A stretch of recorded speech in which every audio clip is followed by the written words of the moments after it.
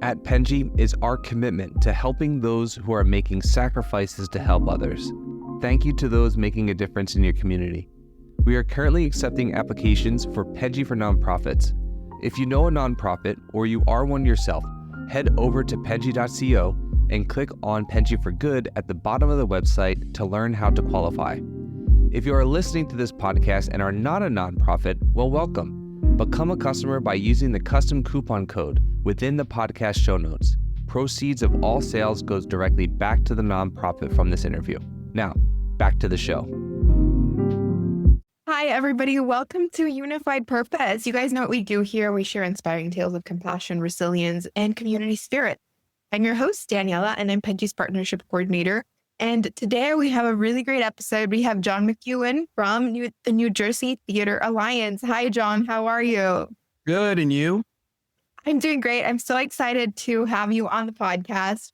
But before we get into everything, I want you to introduce yourself and tell us a little bit about you and what you do. Sure. Well, I'm John McEwen, so we established that. So I'm the executive director of the New Jersey Theater Alliance, which is a service organization that works with 42 theaters, 42 professional producing theaters here in New Jersey. We also do some work with our friends over at the Bucks County Playhouse, right across the river there on the border. And so we have a great team here. We promote and strengthen and support all of our theaters. We want to make sure that people are aware of the great quality theater that we have here in New Jersey, because, you know, we're sandwiched between Philly and New York City. And we just want to make sure that people know that there's a thriving theater and arts community right here in New Jersey. So we provide so many programs and services to strengthen them as a group, but also we do a lot of work with them individually. That's so incredible. Now, I have so many questions for you about this, but before we start, I do have a game prepared for you. All right. A this or that. So I'm going to ask you some questions, and I just want to know which ones you prefer and get right into the podcast.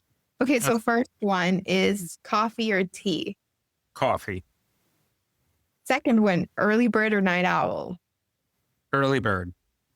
Next one, beach or mountains? Definitely the beach. Fiction or nonfiction? Nonfiction. Phone calls or text messages? Phone calls. City life or the countryside? City life. Music or podcast? Music. Interesting. Yeah, that would make sense. I mean, you are, part of the theater alliance. It would be horrible if you didn't like music. But John, that was so interesting. And now actually, let's talk a little bit about what you do. You told us a little bit about what the New Jersey Theater Alliance does and, how you guys serve the community. But I want to know what drew you personally to work with them, be in this sort of space, and ultimately to sort of being a part of the organization. Sure. So, well, I've always been interested in the theater since I was a little kid. My parents took me to the theater, I think I was 5 or 6, and I just fell in love with it.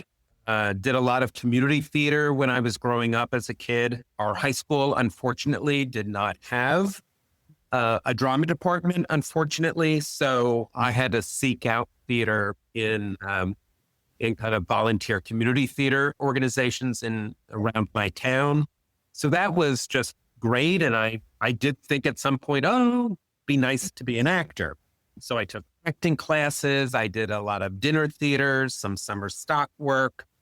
But I learned early on that was probably not the path for me as much as I loved it. And I got an internship in the Berkshires and did some work there over the summer with a summer stock company. But I was on the business side of things. So I kind of did all like little managerial things to support the actors, to support the production team, and thought, wow, there's this whole other side, this whole other career that I explore. So that's how I got interested in kind of the business side of theater, and went back to school. I got my bachelor's at Montclair State University here in New Jersey. I was a theater and a communications major. I thought it would be important to have a double major just in case the theater part didn't work out. But it's so funny that I use all of those things that I learned in my undergrad. I still work with a lot of that today. And then I decided to go back and get my master's at NYU in arts management, because there was never really, when I was in my undergrad, there wasn't really a degree in arts management. Like nobody knew what that was. But now many, many colleges and universities offer it. But back then, they did not. And that was a great experience, and worked at the Ensemble Studio Theater in New York. And then I went over to Paper Mill Playhouse here in New Jersey, and I was the development director there for many, many years, and dabbled over at public television, and then came here to the Theater Alliance. So, and I was involved with the Theater Alliance here in New Jersey when I was at Paper Mill, because Paper Mill Playhouse is a member of the Theater Alliance. So we did a lot of work with the Theater Alliance then. And so I was very familiar with the organization when I interviewed and accepted the job for the director position. That's so interesting. I love hearing stories like yours of people making their way in the art. I think specifically, I think with things like music and acting, I feel like we have this vision of you didn't make it unless you are a famous Hollywood actor or a singer, right? But I think there's so many ways to be successful and to sort of be able to pursue this passion without necessarily having to be the Hollywood movie star, right? Or kind of like the Juilliard actor. Like, I think that's, and I love hearing stories like yours, because it really shows how you can also, I mean, you seem to be really happy with it and fulfilled. And I think it really shows that to a lot of people who probably feel like frustration when they want to get into arts and feel like, well, what am I going to do with it?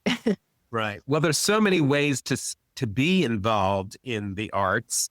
Certainly I think we're all creative people. So you can always continue, your creative outlet, whether it's acting or making music or dance, whatever it might be. But you can still make a huge contribution on the other side, because, all the theaters that we work with, they're actually all small businesses. So they need skills. They need an opportunity to network and convene with each other. They need different technical assistance, to learn different skills to strengthen them as businesses. They need services that can save them some money, that can support them so that they can do what they do best, which is produce great theater. They need to be promoted. We need to get the word out of the great work that they're doing, not only on their stages, but there's also a lot of great, innovative, exciting work that our theaters are doing in the community. They're doing a lot of work with the young people, a lot of wonderful programs that they're doing in the area of healthcare, where, arts, theater and art, really there are studies that have been shown how by being involved in theater and the arts, that really does have an impact on one's health and well-being. So there's a lot of work that our theaters do in that area. So there's a lot of different ways that you can utilize your skill sets and still be involved in the theater. It may not be on stage, but it's in marketing, or it's in developing these wonderful education and community programs. Maybe you're really good at finances.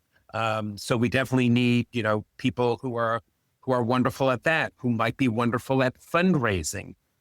So many different opportunities to be involved. And what's so great about the Alliance is that we provide a support system to really work with our theaters so that they have those tools that they can learn from each other. We have a very collaborative theater community here.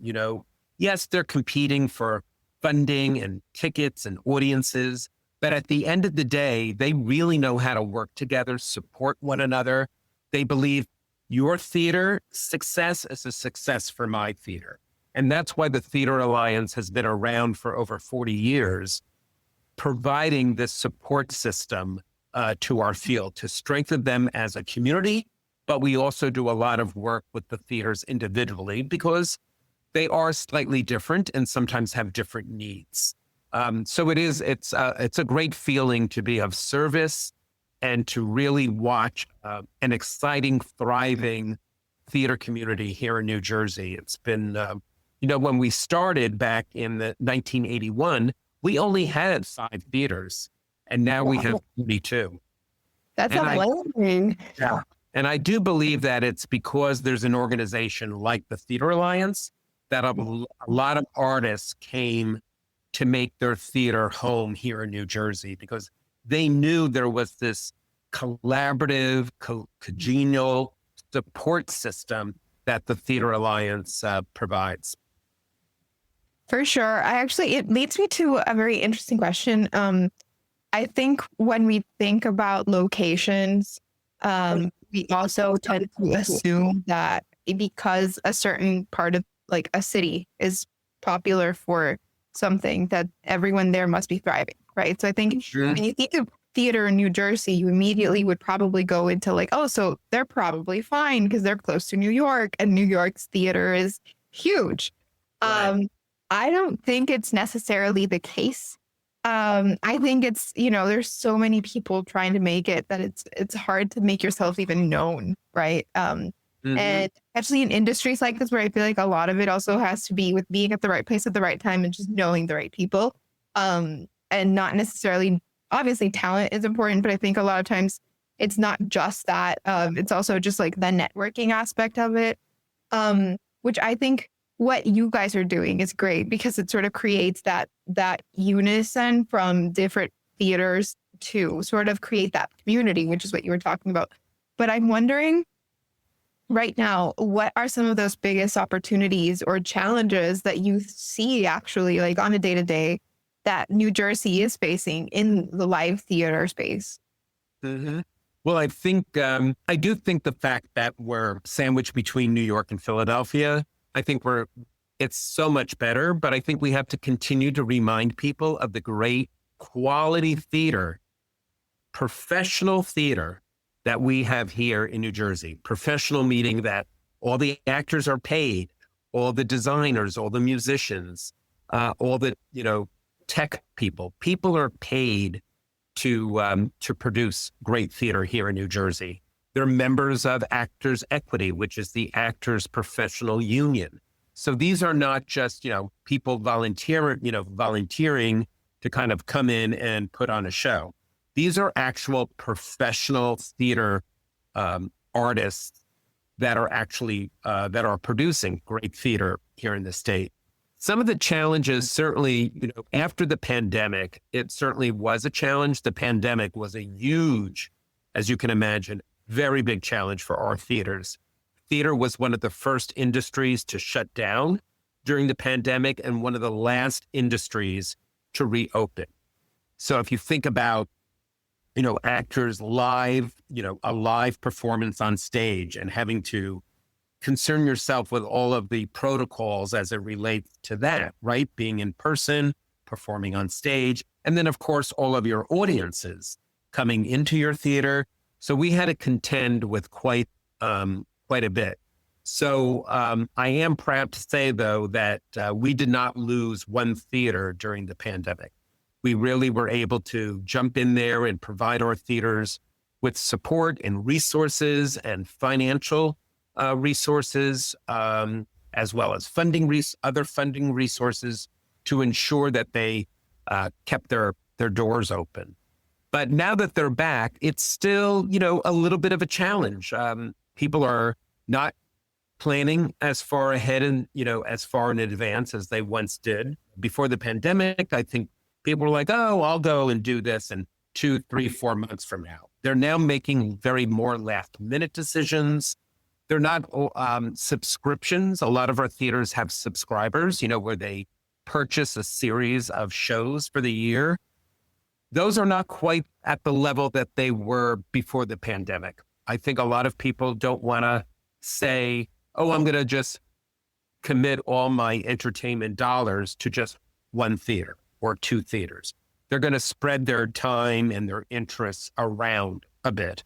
So that has been a little bit of a change. I think it's getting better, but it's different now. I think people got so used to streaming, the Netflix and the, Amazon and all of the streaming services that they kind of got used to hanging out at home, right? So It's now, true. how we as theaters, how are we exciting you? Because there To is come back. enough like a live theater experience, right? To see something live, to hear the live music. It's a different, what's so great about live theater is that one performance is not identical to the performance. And you're in community, you're together with your community. You're in this audience with everyone experiencing something at the same time. So there's an energy of the audience that you feel as an audience member, and also the artists feel that when they're on stage. So that's, you can never replace the joy of live theater. I think funding is certainly, as you probably can gather, funding is always a challenge. How do we raise money to pay the bills, basically? Yeah. And it's been a bit of a challenge. There's been different pathways after the pandemic. Some sources that supported the arts, maybe they shifted their focus a little bit and they don't support the arts as much. Though I will say we do have a wonderful New Jersey State Arts Council here that is very supportive of the arts. We've had our Governor Murphy, very supportive of the arts here. So there are pathways. We have many foundations that are supportive, but there was definitely some shifting, especially in the corporate world. Not as many businesses maybe supporting the arts as they once did. So that certainly is remained. It's always been a challenge. How do we raise enough dollars, the awareness of our needs, and get individuals, foundations, corporations to invest in us, to make a gift, to do what we do, because all of our theaters that we work with, they're all nonprofit. They want to keep their ticket prices down so that as many people can attend and as possible. And they want to do all these very innovative community programs. That's the difference between our regional nonprofit theaters that we work with and say the Broadway theaters, right? So if you think of Broadway, it's all very transactional. You pay your ticket, you got to go, you go home. You don't really have a relationship per se with that particular theater, right? But our regional theaters, our regional professional producing theaters, they build relationships with their communities. There's value added opportunities. There's events and talkbacks, and the theater is really invested in the community in which where they live. They make an impact in their lives and certainly in the economy. If you think about all the restaurants and the transportation systems and all of the vendors that they have to rely on to produce theater, fabric and wood, for costumes and sets. So our theaters are huge economic drivers to our state. That's so interesting to me. I think it's something that resonated with me was about how everything changed post-COVID. I totally agree that a lot of, I go to also, I think, interestingly enough, movie theaters never went back to being the same thing. I feel like That's right. they reopened, but I am a lot less inclined to go to the movies nowadays. I just don't care as much from a personal level. because I always have like the comfort of knowing that it's going to be on a streaming platform eventually, sooner rather than later. I feel like they're even adding these movies a lot faster. It's just, it became, I don't even know when that shift happened in my mind, right? It just kind of like the switch flipped. And I find myself being like this because I remember pre-COVID, it was a world where we were going to all of these movie theaters to see these big blockbuster movies. And it was like an event, and it sort of like changed. And if it changed for something as mainstream as Hollywood, I think obviously the effect would be probably even bigger for something like theater, which I think is a little bit more of an acquired taste. I don't think everybody is into watching people on theaters. I feel like with TV, a lot of people tend to prefer that. So I imagine it would have probably been a bigger effect on you guys. Yeah, I think the theater, I think you're more inclined to go to the theater if you were introduced to the theater when you were young, Yeah. when it's part of growing up. And I think that's why our theaters do so much work with young people. They do a lot of work in the schools because you want to instill it in people. I also think people Habit, yeah. go to theater and have a really good experience. Hopefully they'll think about, oh, I'd like to do that again. Because there is nothing like a live performance.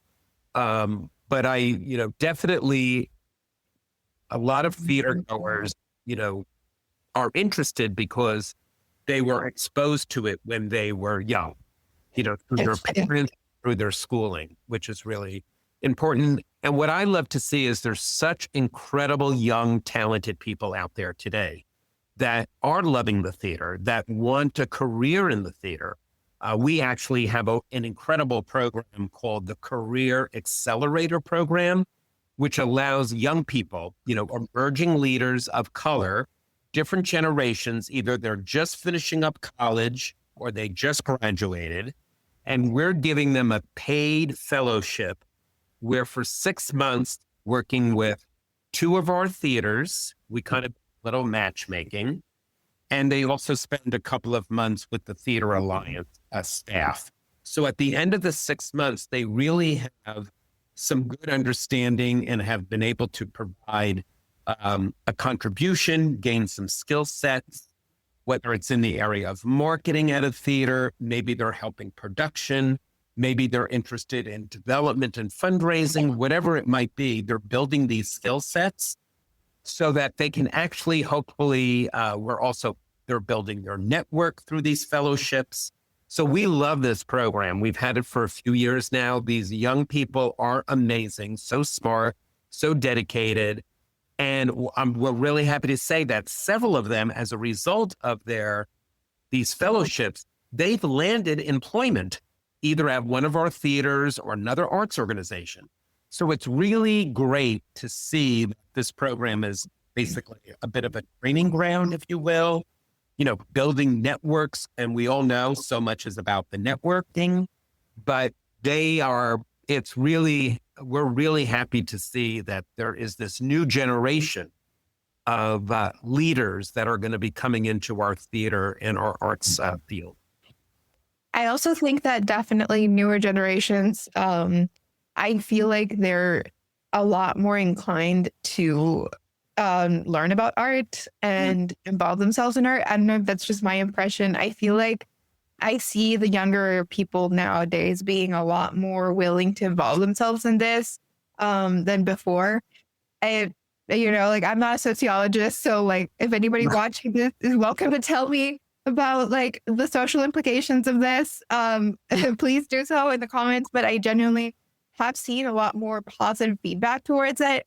When I was growing up in school, being into something as theater or things like, I guess just anything that wasn't sports was considered nerdy, not cool. Like you were just not part of like the cool kids. You were not. And I think that really sort of created this unplanted seed in a lot of people to reject it, even if they genuinely had interest in it. I've always liked the theater. Like I've genuinely always liked it. Every time we had like any kind of involvement with theater stuff, I would really enjoy doing it. But I did feel like there were a lot of my classmates, and I guess like to a degree myself, because I think when you're young, you don't like really internalize that, where we had sort of learned that if you were not like fitting into these molds, you know, like you were kind of left behind. And I feel like with younger generations, that's changing a little bit. Like I don't see that happening as much with younger people. I think self-expression is a lot more embraced. And therefore, people being into different things that are not necessarily just going to be basketball, right? Which is great if you're into it, right? Are seeing that flourishment. And I feel like investing in those people is really important. And hopefully they're going to be able to carry that legacy on in the future. Yeah. Yeah. And we have, so many of our theaters have these incredible programs for young people, and they turn people away. They have summer, camps. Paper Mill Playhouse has this Rising Star Awards, which actually recognizes excellence in high school musicals. And it's like really, competitive. People really look, these young people really are extremely talented and really take these opportunities, seriously.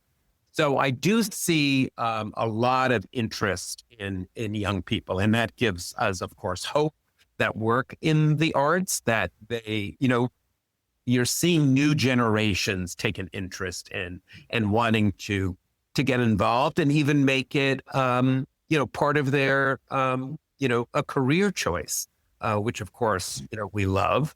And we also want to make sure that theater is available for everyone. New Jersey is one of the nation's leading arts communities in terms of making the arts accessible to people with disabilities. So we do a lot of work in this area. We have a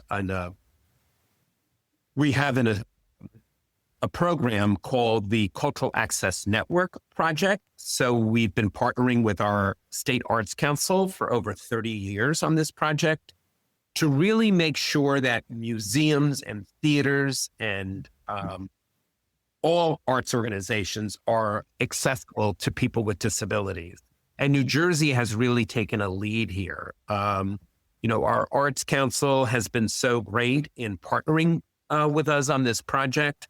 And the reason we started this project at the theater, even though this project benefits all of the entire arts community, is because, early on, theaters were really taking the lead in terms of accessibility, more so than some of the other artistic disciplines.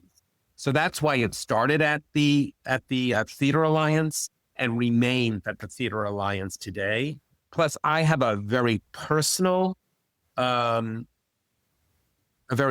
commitment to this work, because if you think about it, we take so much in our lives for granted, right? Yeah. And if something was to happen, even if I got like a temporary disability, right? Like I broke my leg, or as I get older, I lose my hearing, whatever it might be. And then you tell me, oh, John, sorry, you can't come to the theater any longer because we can't accommodate you. I mean, that would be a devastating thing we should all have access to theater, access to the arts, whether we're an audience member, whether we're an artist, we need full equal access. And so we've been through workshops and some mini grant initiatives, resources on our website. We really have really strengthened the arts community here in New Jersey to be accessible. And we're very proud of that work and our partnership with our Arts Council. I think that's really amazing. It's a great note to end the podcast on. And I think, guys, if anybody from New Jersey is listening or watching and would like to join a theater, take an interest in theater, please do take a look at the New Jersey Theater Alliance. I will be adding the links to the description, but I also want to give you the space, John, to tell people where they can come and find you or talk to you if anybody here would like to know more.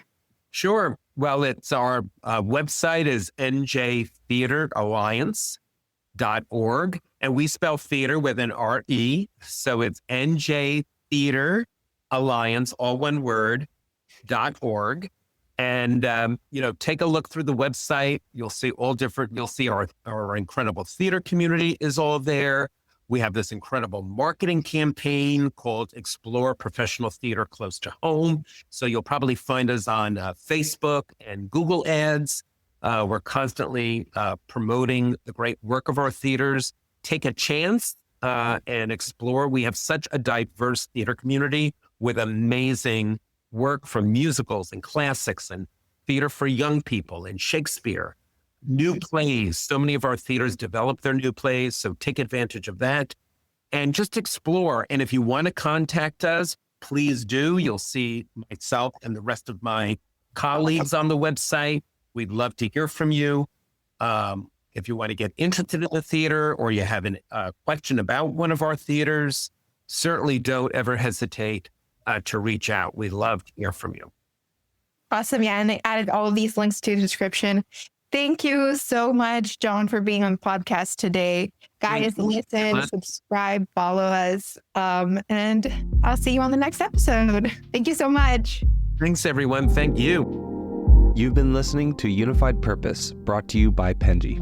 Check out the show notes to learn more about today's guest.